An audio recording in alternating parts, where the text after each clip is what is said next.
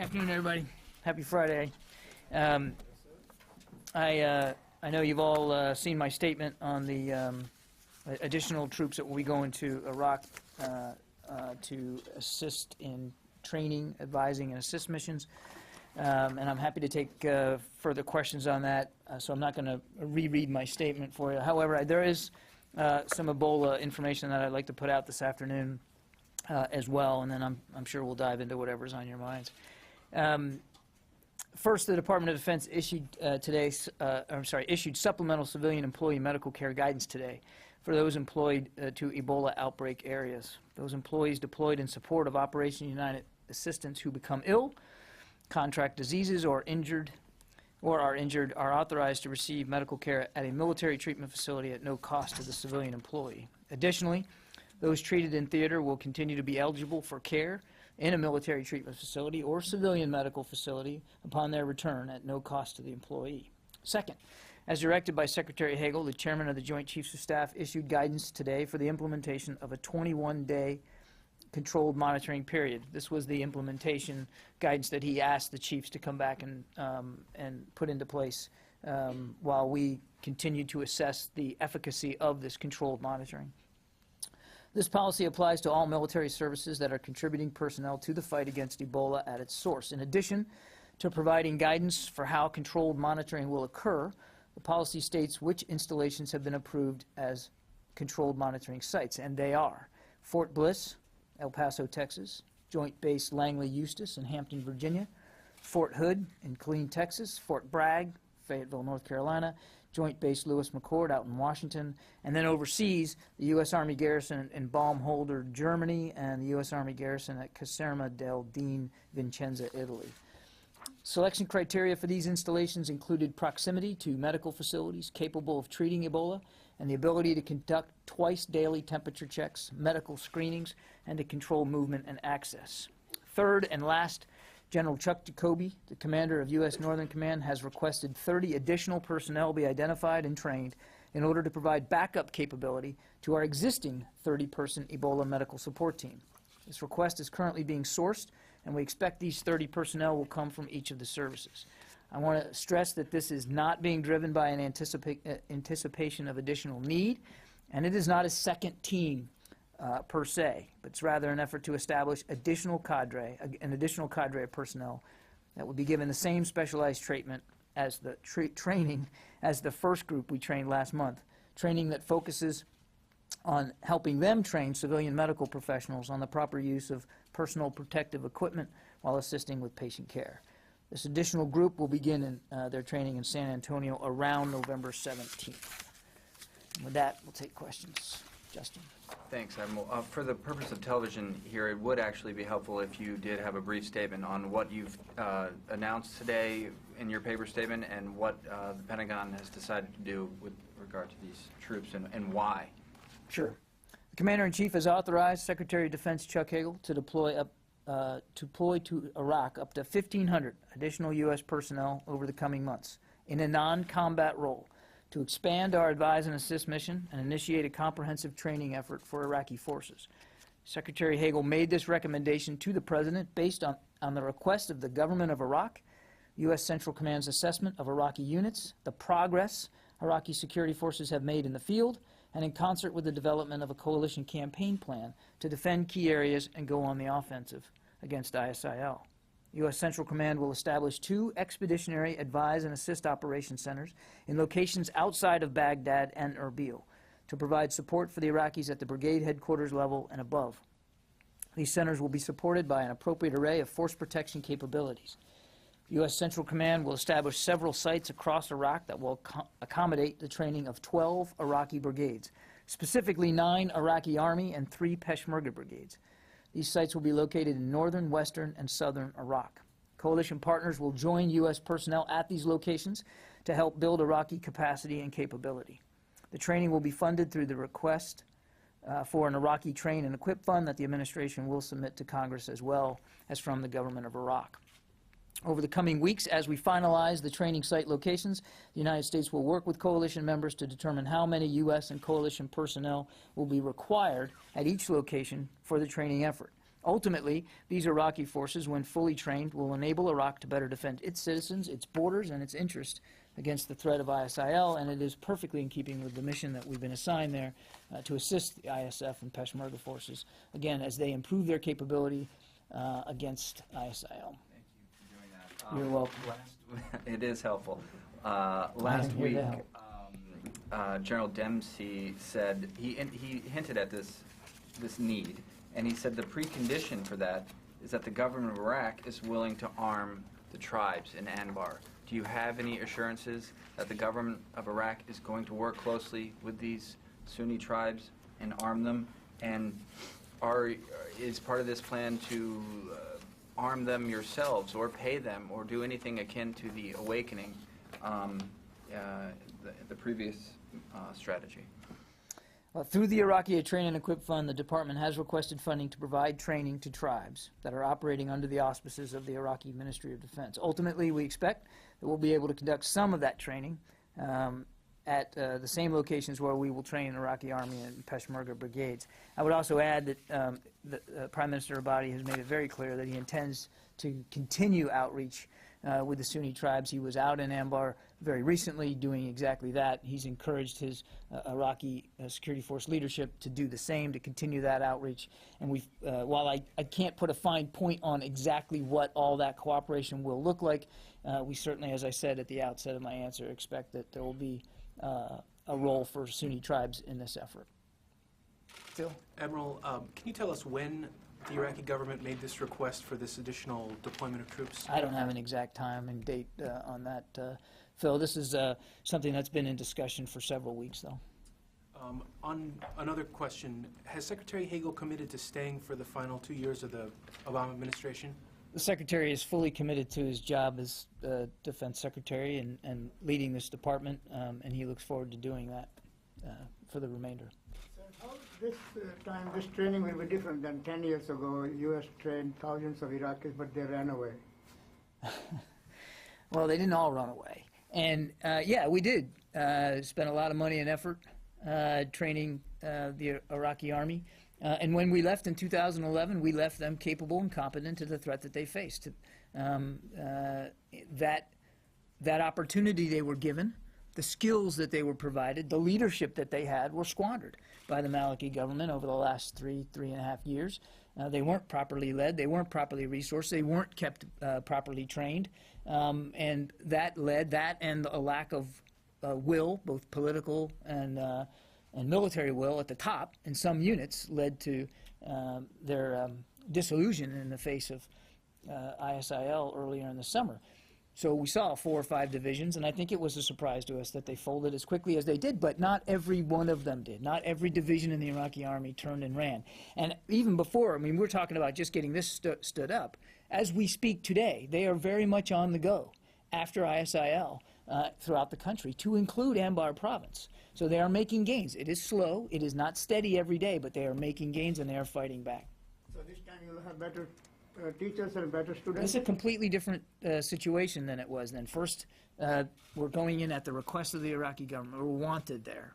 We weren't wanted to stay there after 2011. Number 2, there's a very acute threat that's facing the Iraqi people, the Iraqi government, and the Iraqi security forces, a threat that they are trying to grapple with right now, and they have acknowledged that they need a little bit of help in that regard. So it's a completely different situation.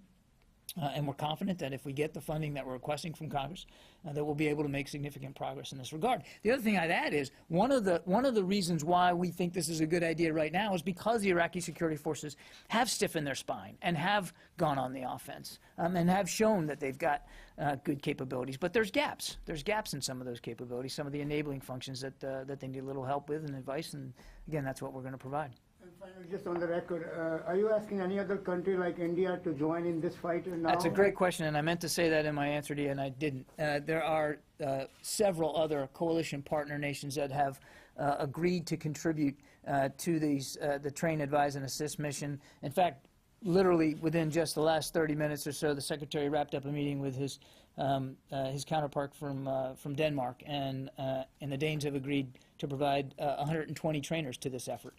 And there are other nations that have likewise said that they will contribute. So yes, there will be coalition members joining us in this effort. We know that for a fact, and I think the list will continue to grow. I'd also add that the United States is not going to be responsible for funding this entire effort. We're going to expect contributions from the government of Iraq, and there's going to be contributions expected from these coalition members. I don't just mean in terms of people, but in terms of dollars as well. Yeah, Spence. Have any of the Iraqi brigades selected for U.S. mentorship previously received U.S. train, equip, other mentorship, et cetera, from the previous Iraq war? You mean like prior to 2011, or you mean, I don't know, Spence. I don't know. In fact, the Iraqi brigades that we anticipate putting through this training have not been selected yet, and will be in consultations with the government of Iraq to determine that. So I couldn't tell you right now because we just don't know exactly what brigades we're going to train. Then can you explain what went behind the specific numbers of up to 1,500 new troops and Sure. 12 brigades? Well, I mean, there's going to be 2 expeditionary train and advise assist sites additional. And I don't want to get into exact locations because we're still doing site surveys of that, but one will be in Anbar province and one probably in the Baghdad province. In addition to those, and those are not necessarily training missions, those are advising missions. Very much like what we're doing in Baghdad and Erbil with our 12 teams now, we're just going to be doing it now in expeditionary locations. Same function.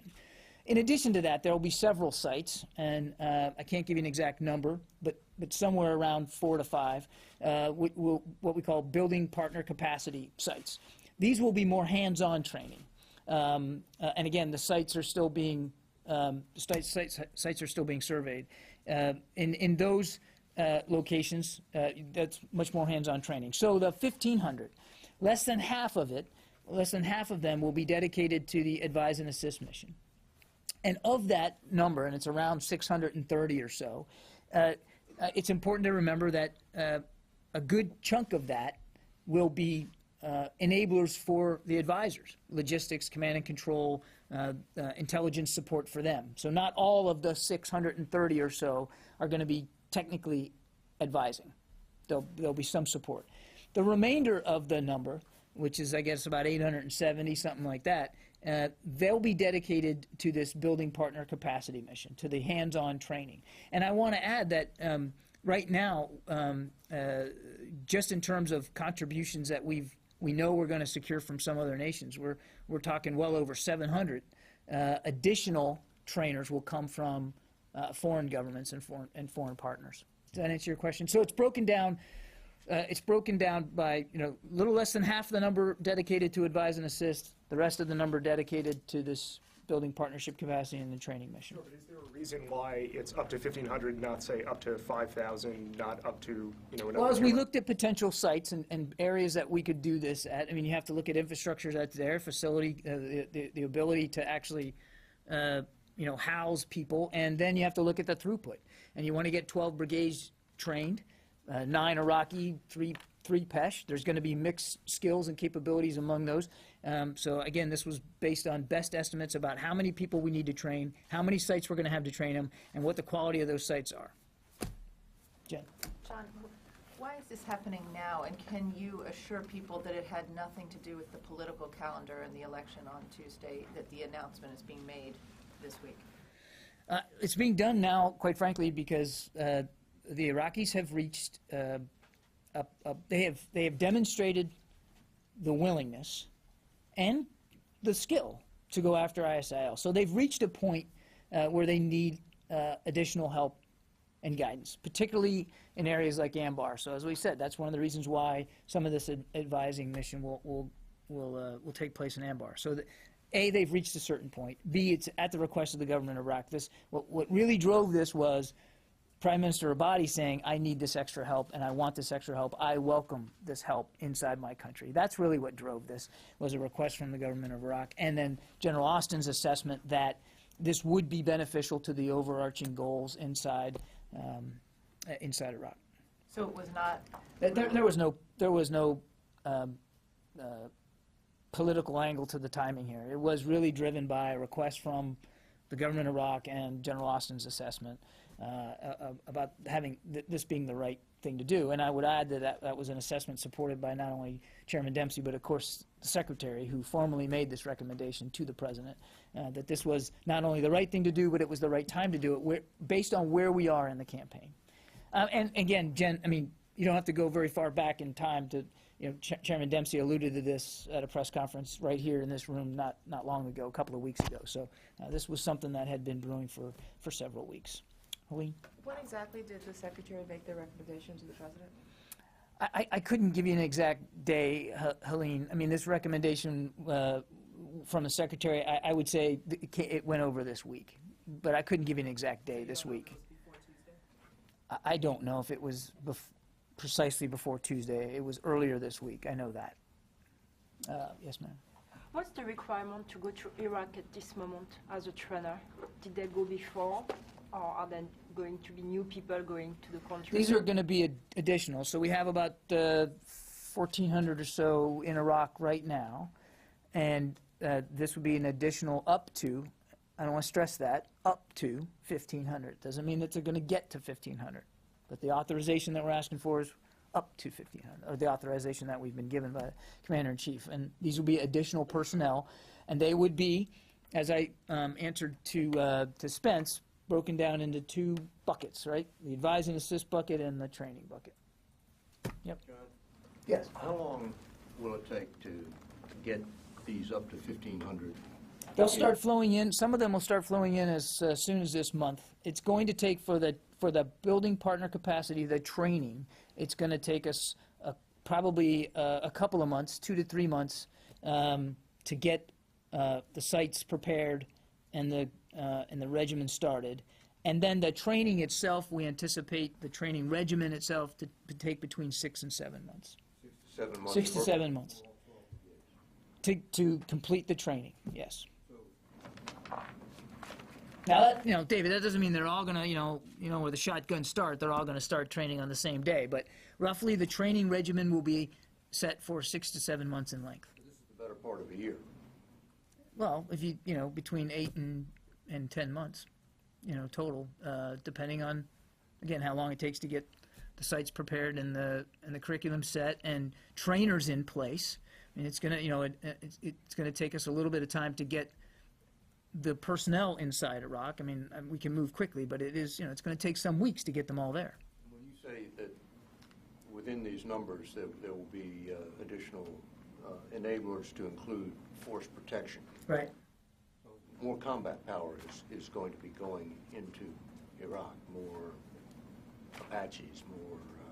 No, I didn't say more Apaches, but there will be force protection capabilities that will be provided along with these trainers and these advisors. Absolutely. I mean, we're not going to put people, in harm's way unnecessarily. We're going to make sure. What's that? The forces that go in to protect your trainers and advisors, they're not combat troops? No, they're no more going to be in a combat role than the force protection personnel that we have there right now that are providing additional security assistance for the embassy and the facilities in Baghdad and Upper Erbil. No more than that. Obviously, they are trained. They're going to be trained troops, and they're going to be able to defend themselves and to defend the trainers and the advisors. That's their job, of course. But that doesn't mean they're being introduced in a combat role in Iraq. It's a completely different scenario altogether, and there's been no change to that policy that we're not going to reintroduce troops in a combat role. John? Kirby, will any of these additional advisors have the authority to call in airstrikes on behalf of the Iraqi forces? That's not part of the mission set, no. Yes? Wednesday night strikes against the Khorasan group, who was killed, and whether there's still a threat. Are they still able to plot and plan attacks against the West? We still believe the Khorasan group remains a threat. Nobody's taken an eye off of that. And I don't have an update for you on the effectiveness, specifically on the effectiveness of the strikes. We do know that they were successful in that they hit the targets we were aiming at, not to include some facilities and buildings as well as a vehicle. We do believe that there were Khorasan group casualties as a result of those strikes, but I am not in a position right now to identify who they were or exactly how many there were.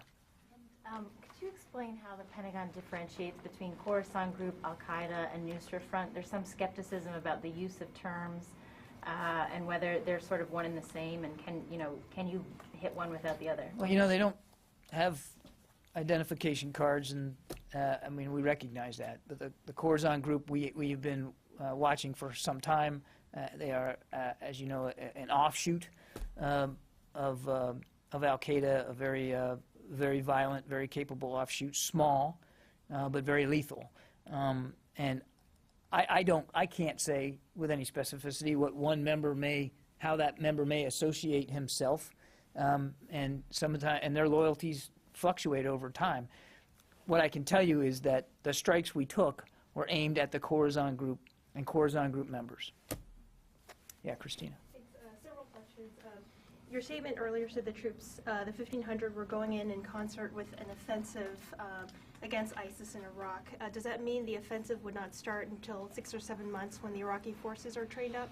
No, I think you might have misinterpreted what I meant by that. What I meant is it's in keeping with what we're doing in the training and advising assistance is in keeping with the offensive campaign that Iraqi security forces want to be able to continue to conduct. I mean, I've heard all the talk about a spring offensive. I don't know. I mean, you have to talk to the Iraqis about exactly what their campaign plan looks like. But as I said, they're going on the offense now. And what this is designed to do is to help them continue to be able to do that, to improve their capability and their competence on the battlefield. It's not, the timing of it is not tied to some campaign plan that would begin at the end of the training. I mean, I think we can expect to see that, assuming we get the funds authorized from Congress to do this, that you'll see both happening at the same time: training, advising, assisting, and fighting by Iraqi security forces. And that leads to my second question is, does Congress need to approve the $5.6 billion before these troops start flowing there? Yes. Okay. And then the third question, of the 870 trainers, that means about 200 or so trainers will be at each training site throughout Iraq, if there's 4 to 5. Yeah, again, we're still working out the exact numbers, Christina. I think it's fair to say that roughly each site would have a couple of hundred or so, but I don't want to get pinned down on that number because it's going to fluctuate over time. We're still working the sourcing solutions. The best I can do is my answer to Spence in terms of breaking it down, about 630 or so dedicated to advise and assist, and the remainder to the building partnership capacity. And again, I just want to foot stomp that this is also going to be, there will be contributions from coalition nations to both of these missions as well, primarily the training mission. So we'll see coalition members stepping up. We already have to step up to agree to do this. Yeah, Nancy. I'd like to follow up to Justin's question. He'd asked you earlier about General Dempsey's comments that the Iraqi government had to show a willingness to arm and work with the Sunnis. And you said that Abadi has shown a willingness to do outreach. Has Prime Minister Abadi said that he is willing to arm Sunnis, and is that a reason for this decision? And I'd also like to ask you about the training. Can you tell me specifically what these trainers will be doing? How will the training be different than the training we saw in 2011? What is it that they need to be trained on? Are we going back to basics, or is it something more specific?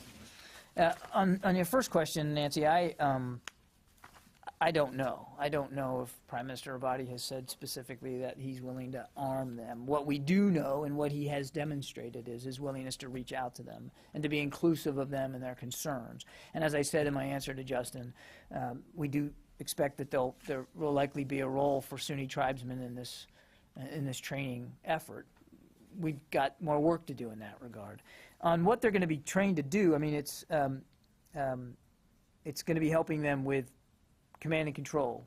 Now, I'm not talking about the advising. There's also an advising role for that too, but helping train them in command and control, in battlefield leadership, in tactical organization, in maneuver, in logistics, in intelligence matters. I mean, it'll be training as much across the board as we can. We're going to be focusing it on what the needs are too. And until we get the brigades identified and in, I mean, there has to be a little flexibility. Not every Iraqi brigade is going to need the same thing as the next one. So, I mean, we're going to have to be a little flexible on that. But We're basically just trying to improve their battlefield competence.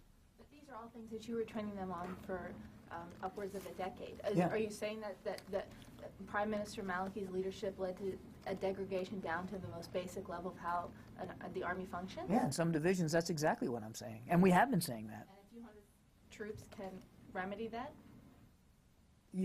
Your question means that you doubt the veracity of what we're trying to do here.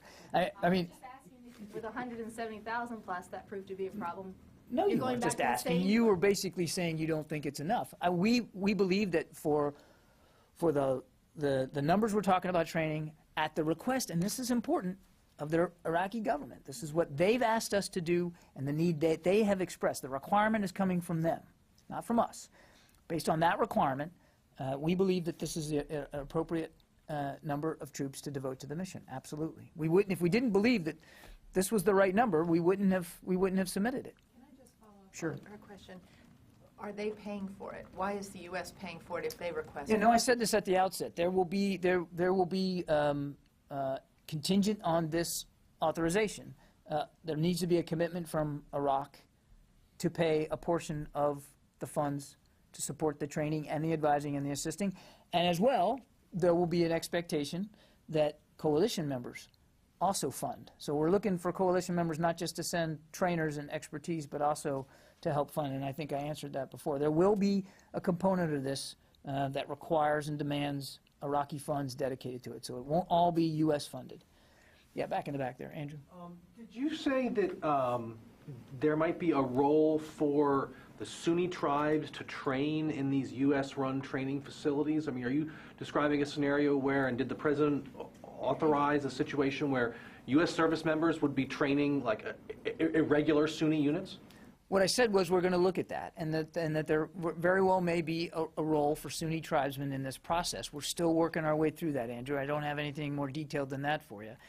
We recognize, and so does the Prime Minister, that outreach to the Sunni tribes and their participation in the process is key. We're still working our way through what that would look like. Yeah, in the back there. Bill? How many Iraqis do you estimate will come through this training? Well, as I said, it's originally going to be set up for 9 Iraqi Security Force brigades and 3 Peshmerga brigades. I'm not an expert on exactly how many are in each of those brigades. And again, those brigades haven't not yet been identified, so I can't give you an exact number right now. Okay. Is this part of the National Guard effort? There is, no, not initially. That said, we do envision that this process could be used to help with the training and development of the National Guard program. That's not the plan, or that's not the intent at the outset, but there could be a role for that later on. Okay. And lastly, will these trainers go out with these forces after they're trained? No. The coalition trainers, will they? Well, I can't speak for other nations. I can only speak for the United States. There's no intent to put the trainers out in the field with these units once they're trained. Nothing has changed about the policy that there will be no reintroduction of U.S. troops in a combat role in Iraq. Yeah, Dave. Does it substantially increase the risk to U.S. forces to have them spread out in so many different locations around? No mission that we undertake anywhere in the world is risk-free, Dave. You know that. And that's why I talked a lot about the force protection and the enablers that will go along with these trainers and advisors. A good portion of the number, in fact, the majority of the number of troops that will be in the advise and assist mission will actually not be advisors. There will be force protection personnel as well as command and control logistics. So yeah, there's risk, of course there is. Very little that we do doesn't entail risk, but we try to mitigate the best we can. And I want to stress that these trainers will be operating at fixed sites that we are surveying right now. Force protection will be foremost on General Austin's mind as those sites are selected, and if there's any enhancements that need to be made, it'll be done with that very much in mind. So even these expeditionary sites will be a fixed location that will Absolutely. be moved? That's right. Yep. Yes, ma'am. A couple of questions, but first off, I was hoping you would comment on reports that on October 27th in a briefing with Lieutenant General Chris Bogdan, he said that the Canadian government had committed to buying, at least verbally, 4 F-35 stealth fighter jets, and that the U.S. government was just waiting for a letter of intent by mid-November. No, I have no comment on that. has there been dialogue on the F-35 between the U.S. and the Canadian government? I won't speak to internal deliberations that we may or may not have with foreign governments, and I would point you to the government of Canada to speak to whatever their procurement needs and intentions are.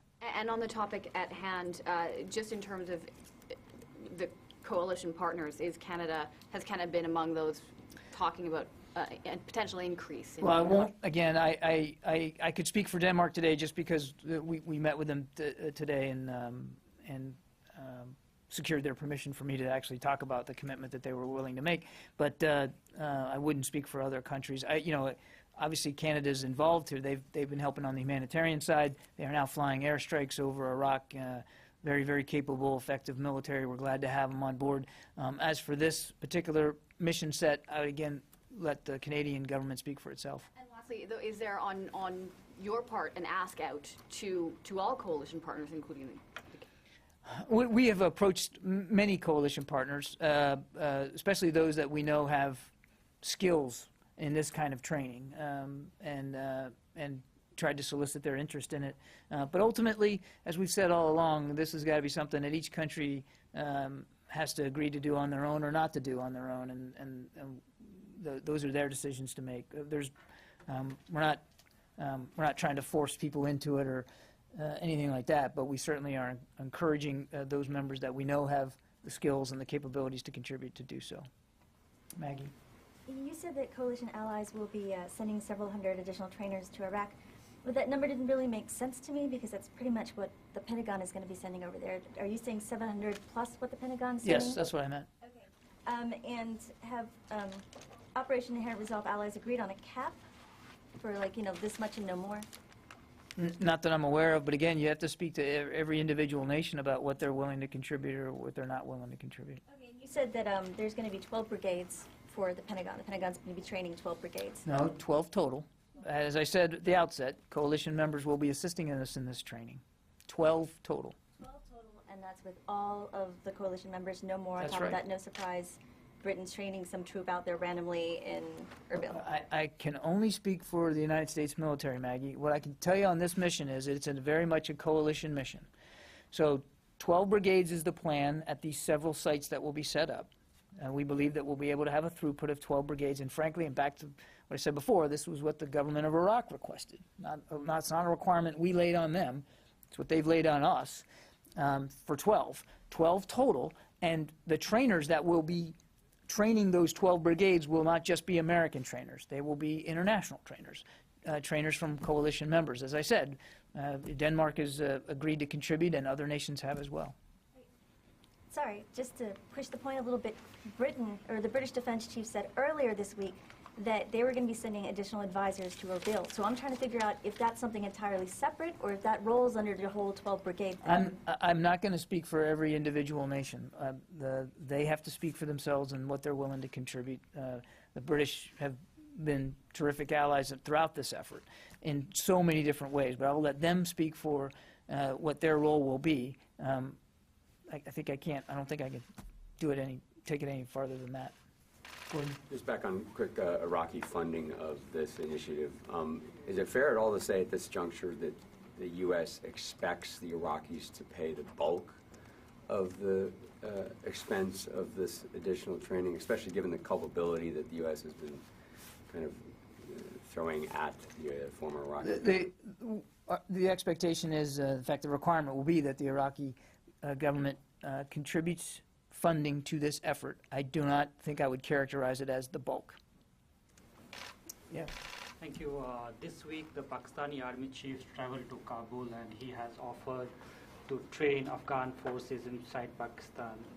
Since U.S. is training Afghan forces in a big way, do you think this is a helpful move coming from Pakistan? I think that's something that the Afghan government needs to speak to, the degree to which that they find that helpful. I mean, we've said all along, Pakistan's a key partner in the region. Any opportunity that can be had to increase cooperation and coordination with the Pakistani military is a good thing, but I wouldn't comment here from the Pentagon on that proposal. In fact, I have not seen reports of that proposal. This because if Pakistan trains Afghan forces, that will lessen your burden by training Afghan forces. Well, The mission is going to change in Afghanistan at the end of the year, and it will be more of a train, advise, and assist mission under NATO auspices. And we are working closely with our NATO allies on the sourcing for that. We know for the United States it begins at about 9,800 troops early next year, and then that will taper off over time as the training concludes. But there will still need to be a significant international commitment to the training and advising of Afghan national security forces post-2014. And there are many nations involved in that effort, primarily through NATO auspices. I would not speak to or would not speculate about the role that Pakistan might play. That's really for the Pakistani government to talk to. Carla? More on Pakistan. Pakistan Army Chief is traveling to D.C. I think next week or later this month. Do you know what he's going to talk here in Pentagon? I think you should ask the Pakistani government what he's going to say. I don't have anything to announce in terms of schedule with respect to that visit. And you should talk to the Pakistani leadership about what their expectations are for the trip. Carla? Yeah, no. You had told David that it's going to take a couple months to set up these training sites and then 6 months of training about. It's been about a couple of months since we started the Syrian training. Where are we there? And will this affect the Syrian training? Are there going to be troops going in to advise, assist Iraqis that had been designated to train the Syrians? There's no connection with this program and the train and equip program that we are trying to get established for a moderate Syrian opposition. Absolutely no connection, completely separate. And you said it's been a couple of months since it started. It hasn't started yet. We've said it's going to take about 3 to 5 months in order to get the vetting process squared away, and that's not done yet. In fact, Chairman Dempsey himself said that the vetting process hasn't even begun yet. So we have more work to do on the Syrian side, but there's no connection between the two. Right, but it's been 2 months since we announced it. Do we have the sites yet? Because I know we keep getting little bits of information. Have we? For the Syrian? Well, as you know, the Saudis have come forward and offered sites, and we have a team there that are working with the Saudis on exactly where those sites are and their suitability. So I don't have anything to announce with respect to that. The Turks, as well, in just the last couple of weeks, have agreed that they would contribute to the training of moderate Syrian opposition and fighters. And I don't know exactly where they would do that. Again, the Turkish government would have to announce that. But there have been at least 2 nations now that have come forward and said that they'd be willing to host this training. All very helpful. We have teams that are talking to both governments to try to nail down the particulars on that. What we've said from the very beginning, that the long pole in the tent here was going to be the recruiting and vetting process, and that process hasn't begun yet. And can I ask a quick follow-up about Russia? Sure. Because the Ukrainian government is saying that Russia has sent dozens of tanks into eastern Ukraine. Mm-hmm. So have we been able to confirm that? Have we seen any evidence that that's happening, and do we have a response? No, I don't have any independent operational reporting that would be able to confirm that report, that these formations have crossed the border. What we do see is a continued presence of significantly capable and ready battalion tactical groups, Russian battalion tactical groups, right across that border, and they're close. And they are very capable, and they're doing nothing to decrease the tension in the region. So not helpful. Continue to say that it's not been helpful, but I have no independent operational reporting that tells me they've crossed the border. Tony? Can you step back 1 second here? If Congress doesn't approve the package, the $5.6 billion package sent today, until January or February, nothing goes. It's in Congress. We need we need the support of Congress to authorize the request. Yes. Right. Because you're in a continuing resolution right now until December 12th. Mm-hmm. You can't use the continuing resolution to fund this. This is part of an OCO supplemental request. And you think if it drags out, just so members of Congress, the new ones and the old ones know this, they need to get this thing passed before any troops can go over there, any of these 1,500? We need the authorization and the funding that comes with it in order to be able to conduct this mission, and the Secretary obviously is urging Congress to pass it as soon as possible. Okay, one other one. You talked about the risk to U.S. troops. Tell the American people, should they expect or be steeled for the potential that U.S. troops, even though they're not in a combat role, could either be killed or wounded? We've already had a couple of U.S. military deaths associated with this conflict.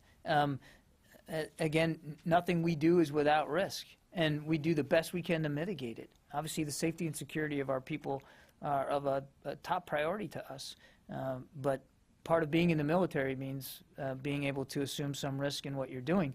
I don't want to speculate here that we will or we will not have casualties. We're going to do everything we can to try to minimize that occurrence. There's no question about that. Yeah.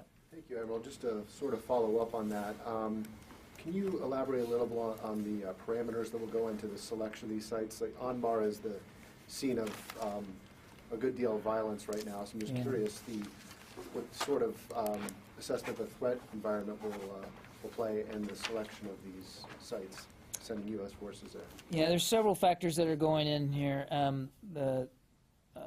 Obviously, we're mindful of the security situation there, so when you do site surveys, you look at geography, and in the advise and assist mission specifically, this is a change in geography.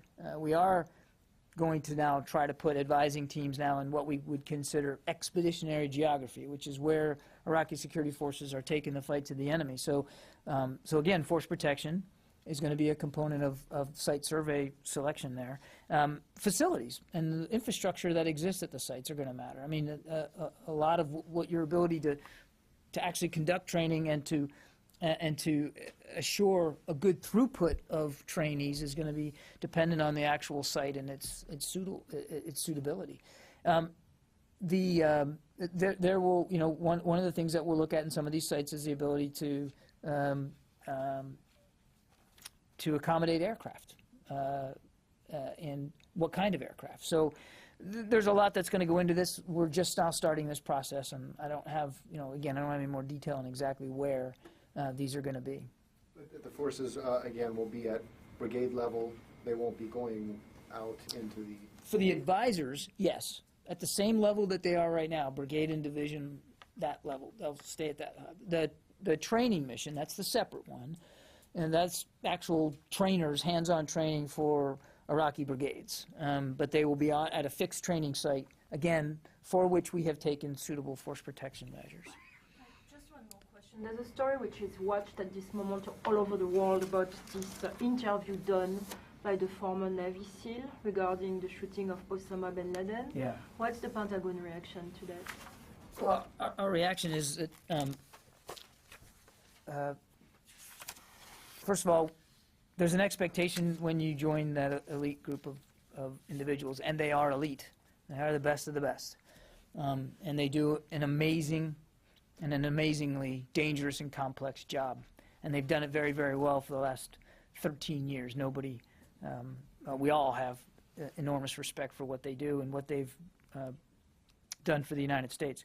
There's an expectation inside that community, a code that they ascribe to, that they will not seek recognition for what that they do, and that they will not seek financial gain from what they do. And I can't speak to the motivation of the individuals that have either conducted interviews or chronicled their accomplishments in books. But it's fair to say that it doesn't comport with that code. The other concern that we have is the divulgence of classified information. Much of what they do for a living is very, very sensitive. And so the manner in which they do it needs to be held close so that we don't endanger future operations. We don't make it harder for their colleagues that are still in uniform and still very much out there on the front lines. That we don't make it harder for them to do that job or make it more dangerous for them to do that job. So we are very concerned when anybody, regardless of whether it's a special operator or not, anybody who in uniform has access to sensitive or classified information, tactics, techniques, and procedures, and then when they're no longer in uniform decides to share that information publicly, that's a deep concern to us, and it should be. It should be a concern to the American people. Nothing takes away our pride and esteem for the job that those individuals continue to do. But there's an obligation that comes with it, an obligation not to be candid about what they do. Does that answer your question? I taking any action? I'm not going to speculate about actions we may or may not take.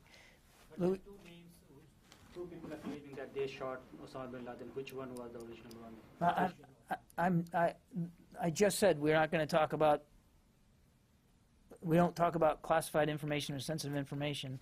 So there's no way that I'm going to answer specific questions about the raid that ended up killing Osama bin Laden. What matters is he's dead, he's gone, and I think that's enough. But John, is the man, Rob O'Neill, who's confirming to the press that he was the shooter, he's confirming it, so it must be true, was he A, a SEAL, and was he B, even on that raid? Can you, as a U.S. official... No, tell I a public cannot. I cannot.